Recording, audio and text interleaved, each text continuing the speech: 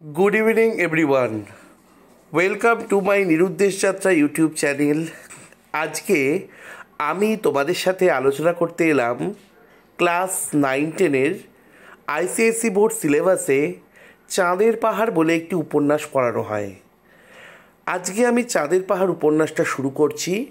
চাঁদের পাহাড় উপন্যাসের প্রথম পর্বটা নিয়ে আজকে আমি বিস্তারিত আলোচনা করব এবং এই উপন্যাস থেকে কী ধরনের প্রশ্ন পরীক্ষায় আসতে পারে প্রথম পর্ব থেকে সেটাও আজকে আমি তোমাদেরকে বলে দেব। এবং তোমরা জানো তোমাদের কোশ্চেন প্যাটার্ন হচ্ছে গিয়ে 2 আর 3 এরকম করেই 2-3-2-3-তে 10 মার্কসের কোশ্চেন থাকবে। এবং কীরকম টাইপের কোশ্চেন এই প্রথম পর্ব থেকে আসতে পারে বিভূতিভূষণ বন্দ্যোপাধ্যায়ের চাঁদের পাহাড় উপন্যাসের প্রথম পর্ব থেকে সেটা নিয়েও আজকে আমি আলোচনা করতে করতেই তোমাদেরকে প্রশ্ন নিয়েও আলোচনা করে দেবো এবং কীভাবে উত্তর লিখবে সেটাও বলে দেবো। তাহলে আমি ক্লাসটা শুরু করছি, তোমরা একটু আমার পাশে থাকো। প্রতিবারের মতো এবারও বলবো, তোমরা যারা আমাকে ভালোবাসো, আমার ভিডিও ফলো করো, তারা বন্ধুদের সাথে আমার চ্যানেলটাকে শেয়ার করো যাতে তোমাদের বন্ধুরাও আমার চ্যানেলটাকে সাবস্ক্রাইব করে এবং আরও ভালো ভালো ভিডিও যাতে আমি তোমাদের জন্য রেডি করতে পারি। তাহলে কথা না বাড়িয়ে ক্লাসে চলে যাচ্ছি, সবাই একটু পাশে থাকো আর আমি স্টার্ট করছি, একটু মন দিয়ে শোনো। দেখো ফার্স্টে কি বলেছে, চাঁদের পাহাড়ের প্রথম পর্ব। ফার্স্টে আমরা শঙ্করের কথা পাচ্ছি। শঙ্কর হচ্ছে চাঁদের পাহাড় উপন্যাসের নায়ক, ঠিক আছে?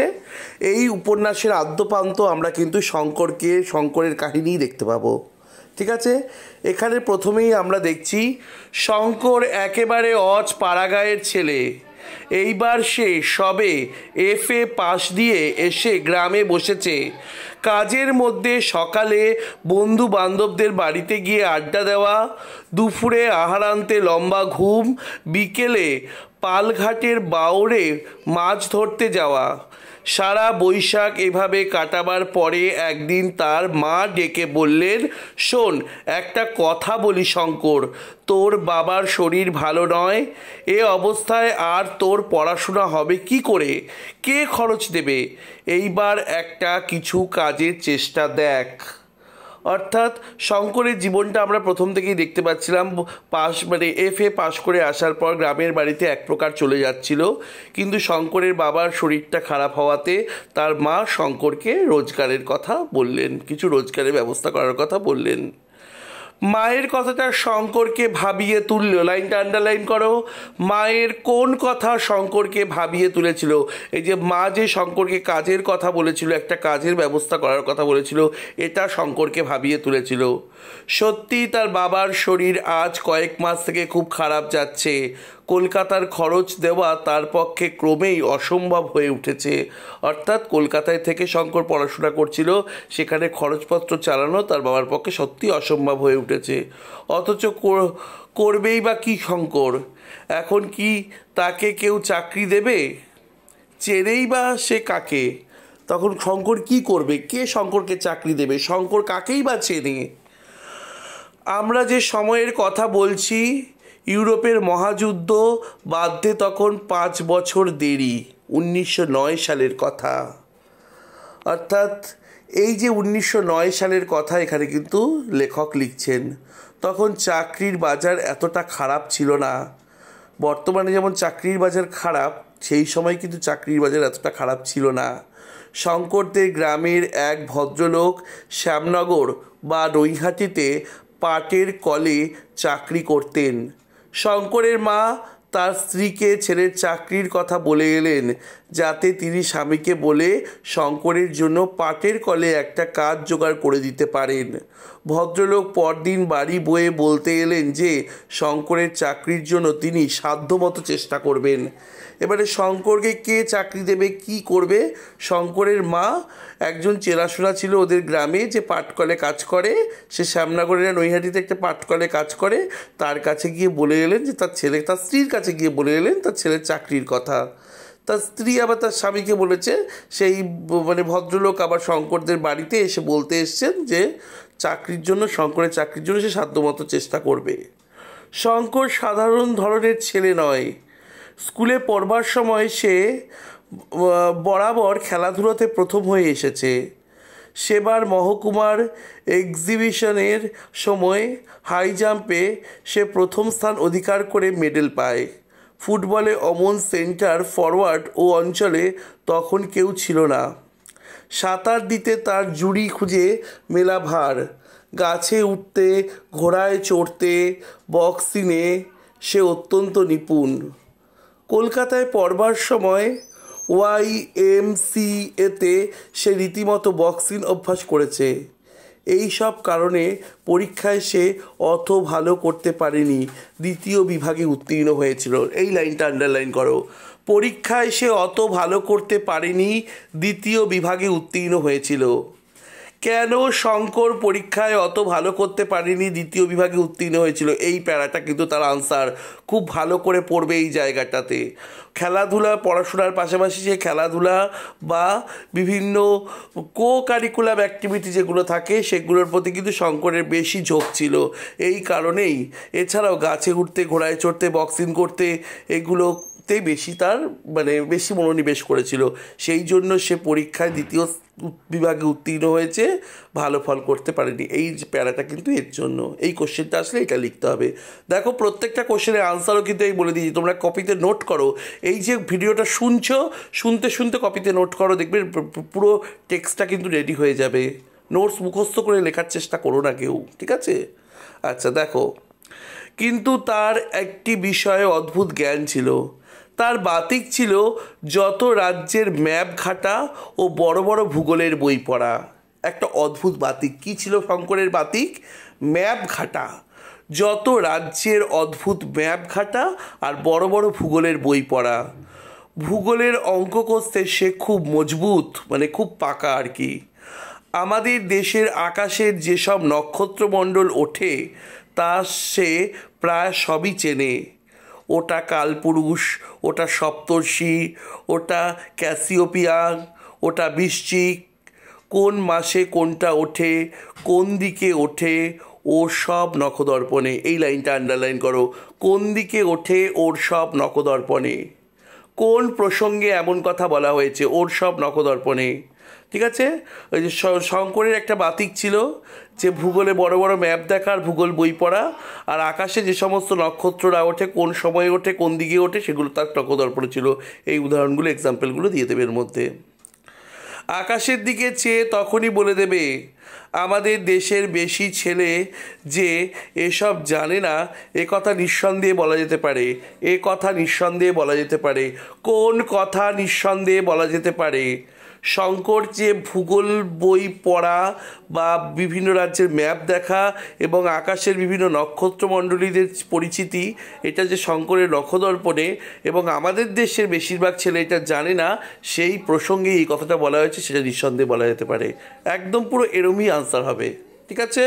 দেখো, আনসারগুলো কিন্তু আমি বলে দিচ্ছি সব কোশ্চেনের সাথে সাথে। এবার পরীক্ষা দিয়ে কলকাতা থেকে আসবার সময় সে এক রাশ ওই সব বই কিনে এনেছে। নির্জনে বসে প্রায় পড়ে, আর কি ভাবে ওই জানে। তারপর এলো তার বাবার অসুখ, সংসারের দারিদ্র, এবং সঙ্গে সঙ্গে মায়ের মুখে পাটকলে চাকরি নেবার জন্য অনুরোধ। কি করবে সে? সে নিতান্ত নিরুপায়।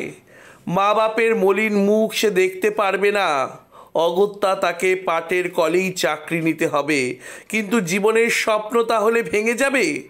তাও সে যে না বোঝে না এমন নয়। তাও সে যে না বোঝে এমন নয়। ফুটবলের নামকরা সেন্টার ফরওয়ার্ড, জেলার হাই জাম্প চ্যাম্পিয়ন, নামজাদা সাঁতারু শঙ্কর হবে কিনা শেষে পাটকলের বাবু? একটা মনের মধ্যে খামতি, একটা মনের মধ্যে কষ্ট। মানুষ অনেক সময়, জানো তো, দারিদ্র্যের চাপে পড়ে অনেক কিছু করতে বাধ্য হয়। অনেক সময় অসহায় বাবা মার মুখের দিকে তাকিয়েও নীরবে সব কিছু মেনে নিতে বাধ্য হয়। নিজের জীবনের কথা না ভেবে নিজের জীবনের প্রচুর প্রিয় চাওয়া পাওয়াটাকে মানুষ কিন্তু অনেক সময় বাবা মার মুখ দেখেও বিসর্জন দিতে বাধ্য হয়। এখানে কিন্তু দেখছি আমরা, পরীক্ষা দিয়ে শঙ্কর যখন কলকাতা থেকে ফিরেছিল গ্রামে, সে কিন্তু এক রাশ বই নিয়ে এসেছিল তার মনের মতন। একটা নির্জন জায়গায় সেগুলো পড়তো। তারপরে ওই যে আকাশে কালো মেঘ ঘনায়। শঙ্করের পরিবারে নেমে এলো একটা দারিদ্র্যের ছাপ। বাবা পড়লেন অসুখে এবং বাবার অসুখের কথা চিন্তা করে মায়ের সেই কথা, শঙ্করকে কোনো কিছু কাজ করতে হবে। তো এই পাটকলের চাকরির কথা চলে এলো। শঙ্কর তো পাটকলের চাকরির করার মতো একজন মানসিকতা রাখে না। শঙ্করের অ্যাম্বিশনটা একটু আলাদা, একটু চিন্তাভাবনাটা একটু আলাদা। তাই কি বলছে, সে নিতান্ত নিরুপায়। কেন শঙ্কর নিরুপায়? কারণ সংসারের দিকে তাকিয়ে মা বাপের মলিক মুখ সে দেখতে পারবে না। অগত্যা তাকে পাটকলেই চাকরি নিতে হবে। কিন্তু জীবনের স্বপ্ন তাহলে ভেঙে যাবে, তাও সে যে না বোঝে এমন নয়। ফুটবলের নামকরা সেন্টার ফরওয়ার্ড, জেলার হাই জাম্প চ্যাম্পিয়ন, নামজাদা সাঁতারু শঙ্কর হবে কিনা পাটকলের বাবু? নিকেলের বইয়ের আকারের কৌটোতে খাবার কি পান নিয়ে ঝাড়ন পকেটে করে তাকে সকালের ভো বাজতেই ছুটতে হবে কলে। ঠিক বাবুরা যেভাবে আগেকার দিনে অফিস যেত, খাওয়া দাওয়া খেয়ে একটা নির্দিষ্ট সময়ে যখন কলকারখানার ভো বাজে, মানে ঘন্টা বাজে, ঠিক সেই সময় পান মুখে নিয়ে বা বাক্সতে পান ভরে নিয়ে বাবুরা আগে অফিসে যেত, আপিসে যেত। ঠিক শঙ্করও নাকি সেভাবেই পাটকলে কাজ করতে যাবে মনে করছে, এই জিনিসটা ভাবছে। আবার 12টার সময় এসে দুটো খেয়ে নিয়েই আবার রওনা। ওদিকে সেই 6টায় ভো বাজলে ছুটি। তার তরুণ তাজা মন এ কথা ভাবতেই পারে না যে, ভাবতে গেলেই তার সারা দেহ মন বিদ্রোহী হয়ে ওঠে। রেসের ঘোড়া শেষকালে ছ্যাঁকড়া গাড়ি টানতে যাবে। শঙ্কর হচ্ছে মনের মধ্যে অনেক আশা স্বপ্নকে ভালোবাসা দিয়ে বেড়ে ওঠা একটা যুবক। তার মনের মধ্যে অনেক স্বপ্ন, সে অনেক কিছু করবে, মনের মধ্যে অনেক একটা আশা ঘুমিয়ে আছে। সেই শঙ্করকে তুলনা করা হচ্ছে রেসের ঘোড়ার সাথে, অর্থাৎ শঙ্কর জীবনে হয়তো অনেক দূর যাবে। সেই রেসের ঘোড়ার শঙ্কর শেষ পর্যন্ত কি হবে, ছ্যাঁকড়া গাড়ি টানতে যাবে। মানে পাটকলে কাজ করাটাকে আর ছ্যাঁকড়া গাড়ি টানাটাকে একই মনে করছে। সন্ধ্যার বেশি দেরি নেই। নদীর ধারে নির্জনে বসে বসে শঙ্কর এইসব কথাই ভাবছিল। লাইনটা আন্ডারলাইন করো। নদীর ধারে নির্জনে বসে বসে শঙ্কর এইসব কথাই ভাবছিল। নদীর ধারে নির্জনে বসে বসে শঙ্কর কী কথা ভাবছিল? 3 নম্বরের কোশ্চেন, এই প্যারাটা হবে। তার সংসারের দারিদ্র, মায়ের মুখের দিকে তাকিয়ে পাটকলের কাজ নেওয়া, তার জীবনের অ্যাম্বিশন ছিল, একটা আশা ছিল, সেগুলোকে সব বিসর্জন দিয়ে তাকে পাটকলের কাজ নিতে হবে। কিভাবে সে অফিসে যাবে ভো বাজলে, এই জায়গাটাই পুরো লিখে দিতে হবে, যেটা আমি এতক্ষণ আলোচনা করলাম। ঠিক আছে, এই কোশ্চেনটা কিন্তু আসে। নদীর ধারে নির্জনে বসে বসে শঙ্কর এই সব কথাই ভাবছিল। তার মন উড়ে যেতে চায় পৃথিবীর দূর দূর দেশে শত দুঃসাহসী কাজের মাঝখানে। তাহলে শঙ্করের মন কোথায় উড়ে যেতে চায়? বহু দূর দেশে, পৃথিবীর বহু দূর দূর দেশে, অর্থাৎ বিভিন্ন দেশে পাড়ি দিতে শঙ্করের মন চায়। তাই সে বিভিন্ন ভূগোল বই পড়ে। লিভিংস্টোন, স্ট্যানলির মতো, হ্যারি জনস্টন, মার্কোপোলো, রবিনসন ক্রুশোর মতন, অর্থাৎ যারা এক এক সময় বিভিন্ন দেশে পাড়ি দিয়েছিল, বিভিন্ন কিছু করেছিল, ওদের মতনই শঙ্করের মনও কিন্তু এই গ্রাম ছেড়ে উড়ে যেতে চায় অনেক দূর দেশে। এর জন্য ছেলেবেলা থেকে সে নিজেকে তৈরি করেছে। যদিও এ কথা ভেবে দেখেনি অন্য দেশের ছেলেদের পক্ষে যা ঘটতে পারে বাঙালি ছেলের পক্ষে তা ঘটা এরকম অসম্ভব। এটা কিন্তু শঙ্কর মানে অন্য দেশের ছেলেদের সঙ্গে নিজেকে কিন্তু কম্পেয়ার কখনো করেনি। শঙ্করের মনের মধ্যে যে আশা স্বপ্নটা ছিল বহু দূর দেশে পাড়ি দেবে কোনো দিন, শঙ্কর সেটাকেই মনের মধ্যে ছোট্টবেলা থেকে লেহন করে এসেছে এবং সেই স্বপ্নটাই দেখে এসেছে। কিন্তু শঙ্কর কোথাও একটা ভুলে গেছিল, সে একটা মধ্যবিত্ত বা নিম্ন মধ্যবিত্ত বাঙালি পরিবারের ছেলে। সব কিছু স্বপ্নকে বিসর্জন দিয়ে শেষ পর্যন্ত কিন্তু তার সংসারটার দিকেই মনটা ফেলতে হবে, সেদিকে তাকাতে হবে। মায়ের করুণ চোখটাকে সে উপেক্ষা করতে পারবে না, বাবার অসুস্থ বাবাকে সে ফেলে দিতে পারবে না। সংসারটাকে ভাসিয়ে দিতে পারবে না। এখানেই কিন্তু তফাৎ হয়ে যায় বাইরের দেশের ছেলে এবং আমাদের বাঙালি মেন্টালিটি ছেলেদের মধ্যে।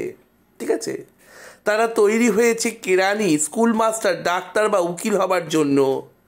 তাহলে বাঙালি ছেলেরা শুধুমাত্র একটা লিমিটেড কিছু কিছু পেশা রয়েছে তার মধ্যেই আবদ্ধ থাকে।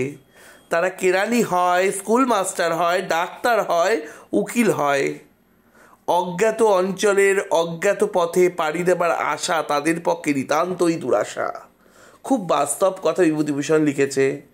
বাঙালি ঘরের ছেলেমেয়েরা কিন্তু কোনো অজানা অচেনা জায়গায় বিদেশ বিভুঁড়ে চট করে পাড়ি দেবে, এটা এখনকার দিনে যতটা খুব ইজি এবং যতটা সহজ এখনকার যুগে দাঁড়িয়ে, আজ একবিংশ শতাব্দীতে দাঁড়িয়ে 2025 সালে দাঁড়িয়ে আমি যেটা বলছি, এটা এখনকার যুগে যতটা ইজি, সেই সময় মানে আমরা যখন বিংশ শতাব্দীতে যখন লিখছেন সেই সময় কিন্তু অতটা ইজি ছিল না।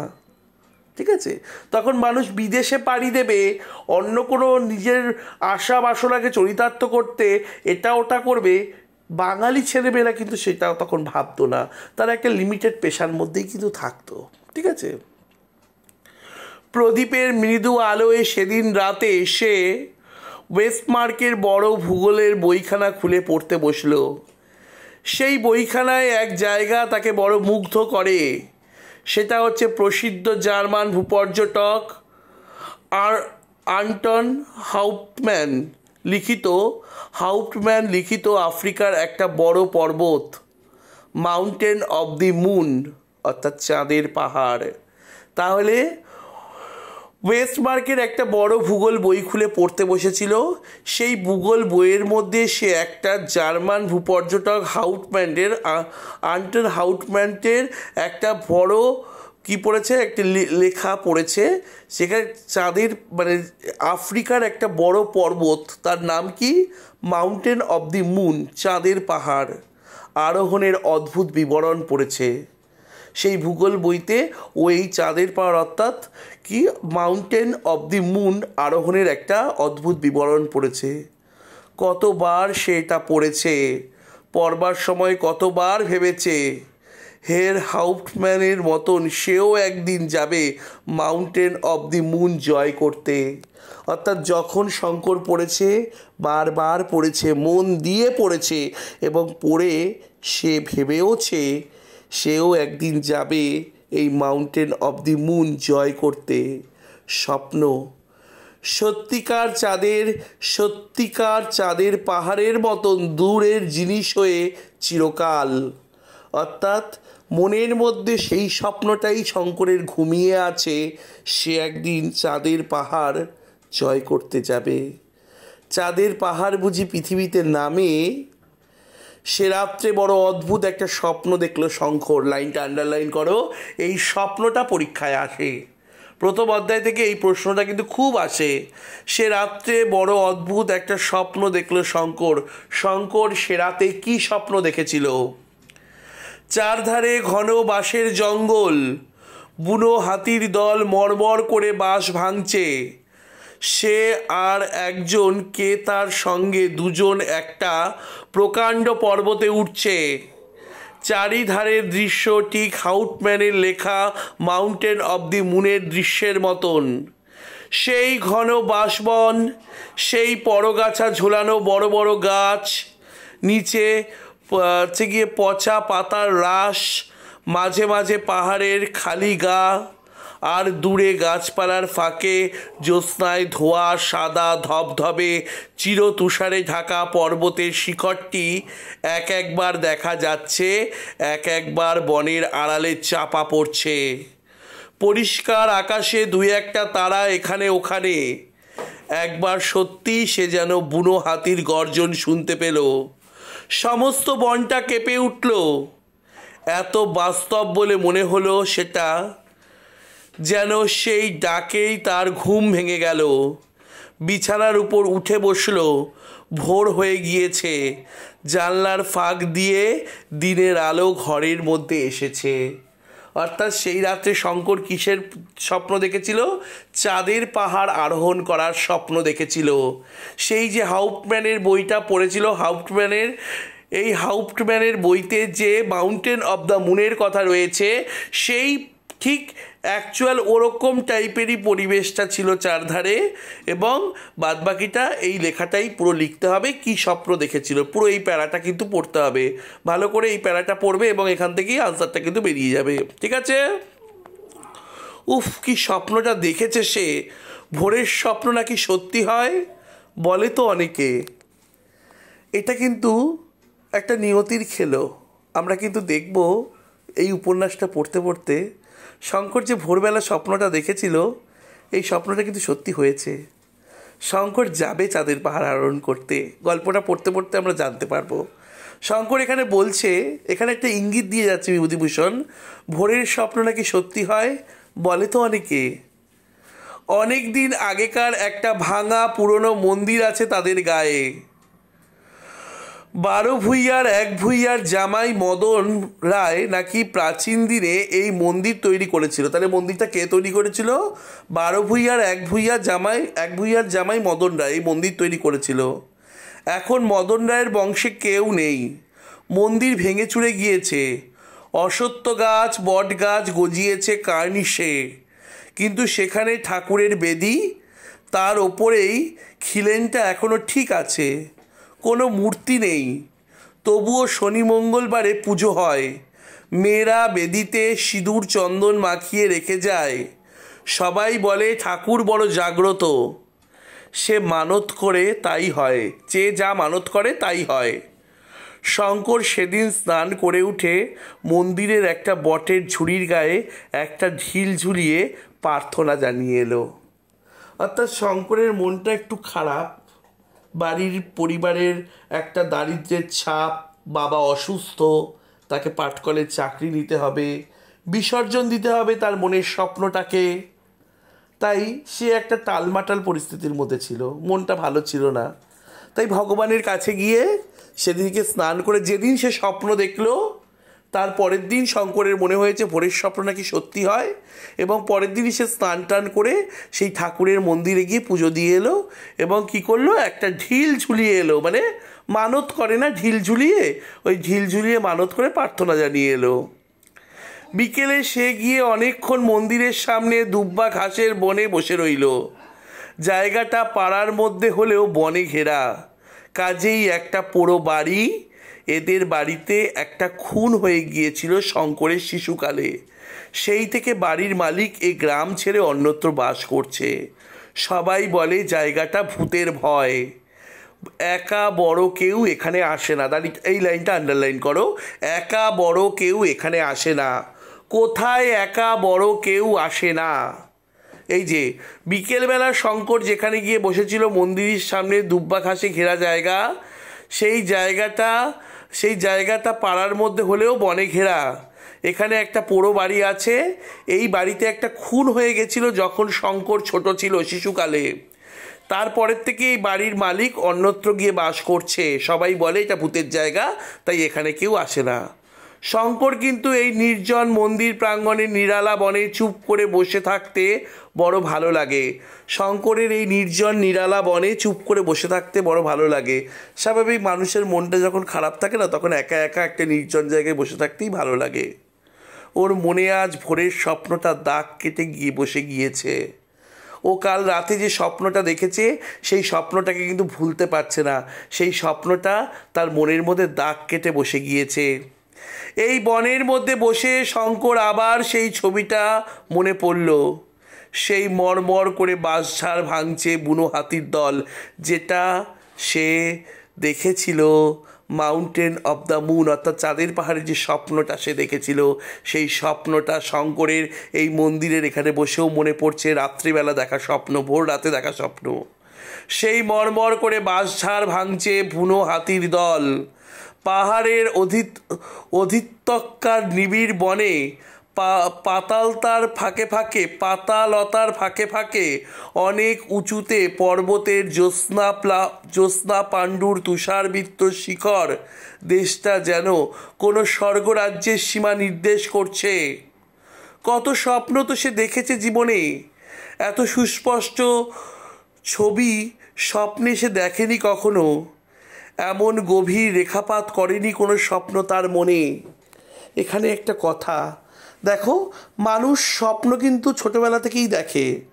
আমরা ঘুমিয়ে অনেক স্বপ্ন দেখি, আমরা কিন্তু সেই স্বপ্নকেও মনে রাখতে পারি না, ভুলে যাই। অর্থাৎ স্বপ্নে আমাদের দেখা জিনিস, স্বপ্নের দেশের কথা, স্বপ্নে আমাদের দেখা জিনিস, সেটা কিন্তু আমাদের মনের মধ্যে রেখাপাত করে থাকে না। সেটা আমরা হয় স্বপ্ন ভাঙার সাথে সাথে ভুলে যাই, নয় কিছুক্ষণ পর ভুলে যাই, আমাদের মনের মধ্যে কিন্তু রেখাপাত করে থাকে না। কিন্তু শঙ্করও স্বপ্ন অনেক দেখেছে, কিন্তু এই স্বপ্নটা যেটা আগের দিন ভোররাত্রে সে দেখেছে, সেই স্বপ্নটা কিছুতেই ভুলতে পারছে না। এবং এই স্বপ্নটা তার মনের মধ্যে একটা বিশাল বড় গভীর রেখাপাত করে রয়েছে। সব মিথ্যে, তাকে যেতে হবে পাটকলের চাকরি করতে, তাই তার ললাটলিপি নয় কি? এইগুলো ভাবছে। আবার শঙ্কর এটাও ভাবছে, ধুর এগুলো সব মিথ্যে, এত কেন আমি ভাবছি, আমাকে তো সেই যেতেই হবে পাটকলে চাকরি করতে, এটাই আমার কপালে লেখা আছে। কিন্তু মানুষের জীবনে এমন সব অদ্ভুত ঘটনা ঘটে, তা উপন্যাসে ঘটাতে গেলে পাঠকেরা বিশ্বাস করতে চাইবে না, হেসেই উড়িয়ে দেবে। শঙ্করের জীবনেও এমন একটা ঘটনা সম্পূর্ণ অপ্রত্যাশিতভাবে ঘটে গেল। লাইনটা আন্ডারলাইন করো, এই লাইনটা তুলে কিন্তু কোশ্চেন আসে। শঙ্করের জীবনেও এমন একটা ঘটনা সম্পূর্ণ অপ্রত্যাশিতভাবে ঘটে গেল। অর্থাৎ এই যে ঘটনাটা ঘটবে, এই ঘটনাটা শঙ্করের জীবনকে চেঞ্জ করে দেবে, শঙ্করকে গ্রাম থেকে বাইরে নিয়ে যাবে এই ঘটনাটাই। কি ঘটেছিল? অর্থাৎ শঙ্করকে আর পাটকলে কাজ করতে হবে না। দেখো এইবারে যে ঘটনাটা ঘটেছে, কি ঘটনা ঘটেছিল, পরীক্ষায় কোশ্চেন আছে, লাইনটা তুলে কোশ্চেন আছে, ঘটনাটি কি? সকালবেলা সে একটু নদীর ধারে বেরিয়ে এসে সবে বাড়িতে পা দিয়েছে, এমন সময় ওপাড়ার রামেশ্বর মুখুজ্জের স্ত্রী এক টুকরো কাগজ নিয়ে এসে তার হাতে দিয়ে বললেন, বাবা শঙ্কর, আমার জামাইয়ের খোঁজ পাওয়া গেছে অনেক দিন পরে, ভদ্রেশ্বরে ওদের বাড়িতে চিঠি দিয়েছে, কাল পিন্টু সেখান থেকে এসেছে, এই ঠিকানায় তারা লিখে দিয়েছে, পড়ো তো বাবা। তাহলে কি, এখানে একজন শঙ্করের কাছে এসছে, ওপারে রামেশ্বরের মুখুজ্জের স্ত্রী শঙ্করের কাছে চিঠি দিয়ে বলছে, চিঠিটা একটু পড়ে দাও তো, আমার জামাই পাঠিয়েছে, একটু পড়ে দাও, পড়ো তো বাবা। শঙ্কর বলল, উফ, প্রায় 2 বছর পর খোঁজ মিলল, বাড়ি থেকে পালিয়ে গিয়ে কি ভয়টাই দেখালেন, এর আগেও তো একবার পালিয়ে গেছিলেন না? তারপর সে কাগজ খুলল, লেখা আছে, Prasad Das Bandyopadhyay, Uganda railway head office, construction department, Mombasa, পূর্ব আফ্রিকা। চিঠিটা কোথা থেকে এসছে? পূর্ব আফ্রিকা থেকে এসছে। তাহলে অঞ্চলটা কি? ইউগান্ডা রেলওয়ে হেড অফিস থেকে পাঠানো হয়েছে, কনস্ট্রাকশন ডিপার্টমেন্টে রয়েছেন উনি, মোম্বাসা জায়গাটার নাম, আর পূর্ব আফ্রিকা থেকে চিঠিটা এসছে। শঙ্কর হাত থেকে কাগজের টুকরোটা পড়ে গেল, কারণ শঙ্কর মনে মনে, চেতনে অবচেতনে সেই ভূগোল বইয়ে পড়া আফ্রিকার কথাই কিন্তু শয়নে স্বপনে স্মরণ করছিল। এখানেও চিঠির মধ্যে আফ্রিকা নামটা দেখে চিঠিটা, কাগজের টুকরোটা শঙ্করের হাত থেকে পড়ে গেল। পূর্ব আফ্রিকা? পালিয়ে মানুষ এত দূর যায়? তবে সে জানে ননিবালা দিদি এই স্বামী অত্যন্ত একরোখা ডানপিটে ও ভবঘুরে ধরনের। একবার এই গ্রামে তার সঙ্গে শঙ্করের আলাপও হয়েছিল। শঙ্কর তখন এন্ট্রান্স ক্লাসে সবে উঠেছে। লোকটা খুব উদার প্রকৃতির, লেখাপড়া ভালোই জানে, তবে কোনো একটা চাকরিতে বেশি দিন টিকে থাকতে পারে না, উড়ে বেড়ানো স্বভাব। আর একবার পালিয়ে বর্মা না কোচিন কোথায় যেন গিয়েছিল, এবারও বরদার সঙ্গে কি নিয়ে মনোমালিন্য হবার দরুন বাড়ি থেকে পালিয়েছিল। এ খবর শঙ্কর আগেই শুনেছে। সেই প্রসাদবাবুর পালিয়ে গিয়ে ঠেলে উঠছে একেবারে পূর্ব আফ্রিকায়। এই যে প্রসাদবাবুর কথা বলছে চিঠির মধ্যে, যে চিঠিটা পাঠিয়েছে, সেই প্রসাদবাবুকে শঙ্কর চেনে। শঙ্কর যখন এন্ট্রান্স ক্লাসে উঠেছে তখন তার সঙ্গে আলাপ হয়েছে। সে মানুষটা বাড়িতে কোনো মনোমালিন্য হলে বা কিছু প্রবলেম হলেই সে বাড়ি থেকে পালিয়ে যায়। এক এক সময় এক এক জায়গায় পালিয়ে যায়। একবার বর্মায় পালিয়ে গেছিলো, একবার কোচিনে পালিয়ে গেছিলো, এখন নাকি পূর্ব আফ্রিকায় পালিয়ে গেছে। ঠিক আছে, রামেশ্বর মুখার্জির স্ত্রী ভালো বুঝতে পারলেন না তার জামাই কত দূর গিয়েছে। অতটা দূরত্বের তার ধারণা ছিল না। তিনি চলে গেল। শঙ্কর চিঠিখানা নিজের নোট বইয়ে লিখে রাখল। সেই সপ্তাহের মধ্যেই প্রসাদবাবুকে একখানা চিঠি দিল। অর্থাৎ রামেশ্বর মুখার্জির স্ত্রী চলে গেল, যে ঠিকানা থেকে চিঠিটা এসেছিল সেই ঠিকানাটা শঙ্কর নোট করে রেখে দিয়েছিল তার নোট বইতে। সেই সপ্তাহেই শঙ্কর সেই প্রসাদবাবুকে একখানা চিঠি দিল। শঙ্করকে তার মনে আছে কি, তার শ্বশুরবাড়ির গায়ের ছেলে শঙ্কর, মানে সে আর FA পাস দিয়ে বাড়িতেই বসে আছেন। তিনি কি একটা চাকরি করে দিতে পারবেন? তাদের রেলের মধ্যে যত দূর হয় সে যাবে। কি শঙ্কর প্রসাদবাবুকে চিঠি লিখলে কি লিখল চিঠিতে? শঙ্করকে তার মনে আছে কি না, প্রসাদবাবুর শ্বশুরবাড়ির গ্রামের ছেলেই হচ্ছে শঙ্কর। আলাপ হয়েছিল শঙ্করের সাথে। শঙ্কর এখন FA পাশ করে গেছে, গ্রামের বাড়িতেই রয়েছে। তিনি কি শঙ্করের জন্য একটা চাকরির ব্যবস্থা করে দিতে পারবেন? প্রসাদবাবুকে জিজ্ঞেস করেন চিঠিতে। রেলের চাকরি, শঙ্কর যত দূর যেতে হয় যাবে। ভাবো তখনকার দিনে চাকরি পাওয়াটা কত সহজ। মানুষকে বললেই নাকি চাকরি পাওয়া যায়, আর এখনকার দিনে চাকরি পাওয়া তো দেখতেই পাচ্ছি কি অবস্থা। 1.5 মাস পর যখন শঙ্কর প্রায় হতাশ হয়ে পড়েছে চিঠির উত্তর প্রাপ্তি সম্বন্ধে, তখন একখানা খামের চিঠি এলো শঙ্করের নামে। তাতে লেখা আছে, অর্থাৎ এই চিঠিটা পাঠানোর পর 1.5 মাস কেটে গেছে। শঙ্কর ওয়েট করে আছে তার রিপ্লাই আসে কিনা চিঠিটার। শঙ্কর যখন দেখলো 1.5 মাস কেটে গেছে, 1.5 মাস পর একখানা চিঠি এলো শঙ্করের কাছে। সেই চিঠিটা কে লিখেছে? সেই প্রসাদবাবুই লিখেছে চিঠিটা। কি লিখেছে চিঠিতে? মোম্বাসা থেকে লিখেছে চিঠিটা, মানে আফ্রিকা থেকেই লেখা। প্রিয় শঙ্কর, তোমার পত্র পেয়েছি। তোমাকে আমার খুব মনে আছে। কবজির জোরে তোমার কাছে সেবার হেরে গিয়েছিলুম, সে কথাও ভুলিনি। তুমি আসবে এখানে? চলে এসো। তোমার মতো ছেলে যদি বাইরে না বেরোবে তবে কে আর বেরোবে? এখানে নতুন রেল তৈরি হচ্ছে, আরও লোক নেবে। যত তাড়াতাড়ি পারো এসো। তোমার কাজ জুটিয়ে দেবার আমি ভার নিচ্ছি। তোমার প্রসাদ দাস বন্দ্যোপাধ্যায়, তোমাদের প্রসাদ দাস বন্দ্যোপাধ্যায়। দেখো, শঙ্কর একটা চিঠি লিখলো, সেই চিঠির রিপ্লাইও চলে এলো 1.5 মাস পরে। সেই প্রসাদবাবু কি লিখে পাঠিয়েছে? এখানে চলে এসো, এখানে তোমাদের মতো ছেলেরই দরকার। তোমাদের মতো ছেলে বাইরে বেরোবে না তো কোথায় যাবে? তোমার কাজ জুটিয়ে দেওয়ার আমি ব্যবস্থা করছি।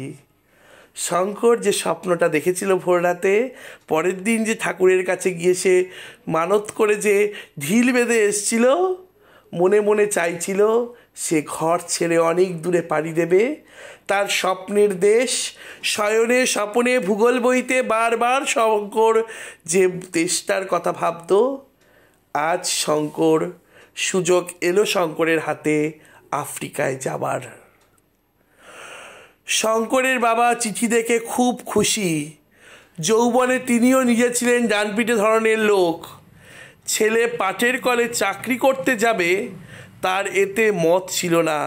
শুধু সংসারের অভাব অন্টনের দরুন শঙ্করের মায়ের মতেই সায় দিতে বাধ্য হয়েছিল। শঙ্করের বাবা অবশ্যই ছেলেকে সায় দিল। আজকে বিদেশে যাচ্ছে, বিদেশে যাওয়ার সুযোগ এসছে শঙ্করের। কত বড় অপরচুনিটি! আর এখানে তার বাবার একটু ইচ্ছা ছিল না ছেলে এত পড়াশোনা করে পাটের কলে চাকরি করুক। শুধুমাত্র সংসারের এরকম অভাব অন্টন দেখেই তার মায়ের কথায় সায় দিতে বাধ্য হয়েছিল। 1 মাস খানেক পরে শঙ্করের নামে একটা টেলিগ্রাম এলো। 1 মাস পরে কি শঙ্করের নামে একটা টেলিগ্রাম এলো। ভদ্রেশ্বর থেকে সেই জামাইটি দেশে এসেছেন সম্প্রতি। অর্থাৎ ভদ্রেশ্বর থেকে সেই জামাইটি দেশে এসেছে সম্প্রতি। শঙ্কর যেন গিয়ে তার সঙ্গে দেখা করে টেলিগ্রাম পেয়েই। তিনি দেশে এসে শঙ্করকে টেলিগ্রাম দিয়েছেন, শঙ্কর যেন তার সাথেই দেখা করে। এই টেলিগ্রাম মানে টেলিগ্রামটা একটু তাড়াতাড়ি আসে চিঠির থেকে, টেলিগ্রাম পেয়েই শঙ্কর যেন তার সাথে গিয়ে তাড়াতাড়ি দেখা করে। তিনি আবার মোম্বাসায় ফিরে যাবেন দিন 20-র মধ্যে, 20 দিনের মধ্যেই তিনি মোম্বাসায় ফিরে যাবেন। শঙ্করকে তাহলে সঙ্গে করে তিনি নিয়ে যাবেন, শঙ্করকে তাহলে উনি একবারে সঙ্গে করে নিয়েই যাবেন। এই হয়ে গেল প্রথম অধ্যায়। তাহলে শঙ্কর কি স্বপ্ন দেখেছিল, একটা কোশ্চেন, সেই স্বপ্ন কিভাবে পূরণ হলো, এই জায়গাটা পুরো নিজের মতো বানিয়ে লিখে দেবে। এই ছিল আজকে আমাদের আলোচনা। পরের ভিডিওতে আমি দ্বিতীয় অধ্যায়টা নিয়ে আলোচনা করব, চাঁদের পাহাড়ের দ্বিতীয় অধ্যায়। ঠিক আছে, আজকে প্রথম অধ্যায় প্রথম পর্ব নিয়ে আলোচনা করলাম। শঙ্করের পরিচয়, শঙ্করের পারিবারিক পরিচয় পেলাম আমরা, শঙ্করের স্বপ্ন কী ছিল সেটা জানতে পারলাম, শঙ্কর কিভাবে গ্রাম ছেড়ে বাইরে বেরোনোর সুযোগ এলো সেটাও জানতে পারলাম। এই চাঁদের পাহাড়ের প্রথম পর্ব থেকে কী কী প্রশ্ন আসতে পারে সেটাও আমি তোমাদেরকে পড়াতে বলে দিলাম। আশা করি কারোর কোনো সমস্যা হবে না, নোটস তোমরা নিজের মতো লিখতে পারবে। প্রত্যেককে বলছি কেউ মুখস্থ করে লিখতে যাবে না, লেখা কিন্তু ভালো হয় না। তুমি নিজের ভাষায় নিজের মতো করে লেখো, টেক্সট পড়ে লেখো, খুব উন্নত মানের নোটস হবে এবং নাম্বারও খুব ভালো পাবে। কোশ্চেন প্যাটার্নও বলে দিয়েছি। আজকে আলোচনা আমার এই অবধি। সবাই এভাবে একটু আমার পাশে থাকো, আমার চ্যানেলটাকে ফলো করো এবং বন্ধুদের সাথে শেয়ার করো, যাতে তোমাদের জন্য আরও ভালো ভালো ভিডিও আমি রেডি করতে পারি। আর এভাবেই তোমরা আমার পাশে থাকো, সুস্থ থাকো, ভালো থাকো আর সবাই অতি অবশ্যই পড়াশোনায় থাকো। চলো, বাই বাই।